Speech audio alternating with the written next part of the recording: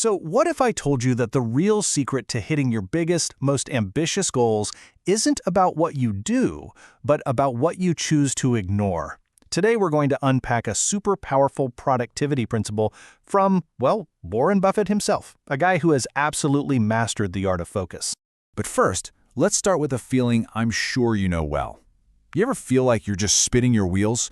You're juggling this endless to-do list, your calendar is an absolute mess, and still at the end of the day, you kind of feel unfulfilled?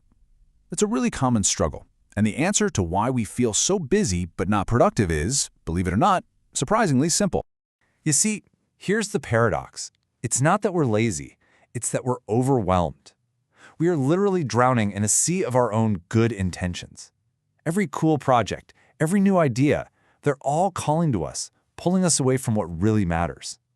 It's time we learned how to navigate these waters. Okay, so here's our game plan. We're going to tackle this problem of goal glut, then we'll break down Buffett's famous 5-25 rule, reveal the secret of the dangerous 20, explore a more flexible way to focus, get into the science of how goals literally shape your reality, and then wrap it all up with a powerful takeaway for you.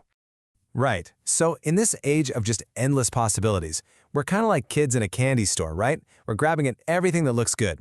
But just like a sugar rush, that initial excitement of starting a new thing, it fades pretty fast, and it leaves us with a bunch of half-finished projects and this feeling of dissatisfaction. That is the goal glut, a very modern problem that's getting in the way of our success. And this is where this fantastic story about Warren Buffett and his personal pilot, a guy named Mike Flint, comes in. It gives us this simple, almost shockingly effective solution to this very problem. Okay, so imagine this. You have a front row seat to one of the greatest business minds on the planet, but you feel like your own career is just stuck in a holding pattern. That was Mike Flint's reality. After a decade flying the Oracle of Omaha around, he knew it was time for a change. And, who better to ask for advice than the man himself?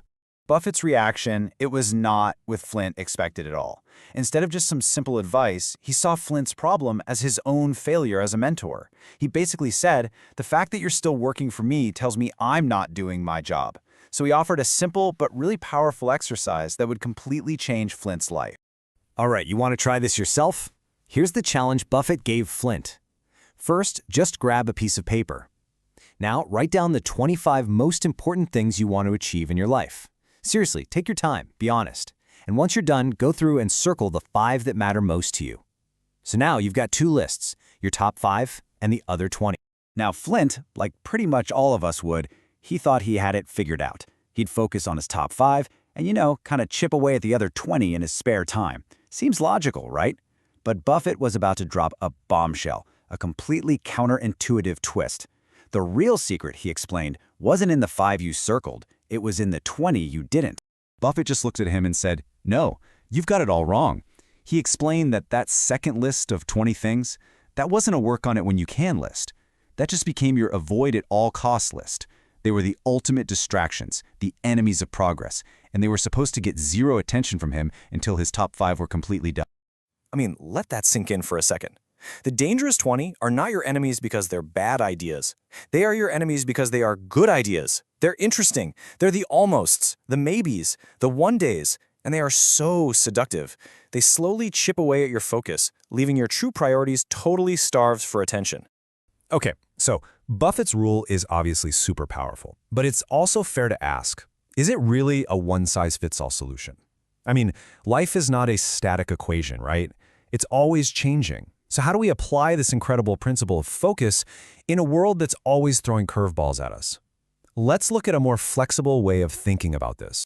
Yeah, so the big question becomes, does this level of, extreme rigidity really work for things like creative projects or for goals that kind of evolve as we learn more about them? Do we have to be that absolute with our focus? So productivity expert Kurosh Dini has a really refreshing take on this. He says we should think of our goals less like a rigid blueprint and more like a lump of clay. You might have a general idea of what you want to make, but the final shape, well, that's revealed as you work on it, as you mold it and refine it. It's a much more organic and adaptable approach. Dini's system is this really nice blend of focus and flexibility. So instead of a strict avoid-at-all-cost list, he suggests having a more fluid on-hold list. You still commit to a really small number of active projects, say 3, but you also give yourself the freedom to regularly review and adjust your priorities as you learn and grow. It's a system that respects both your ambition and, real life.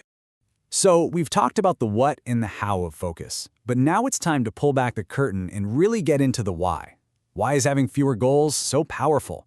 Well, the answer, it turns out, is buried deep in the fascinating world of cognitive science, and it has to do with how our brains perceive reality itself.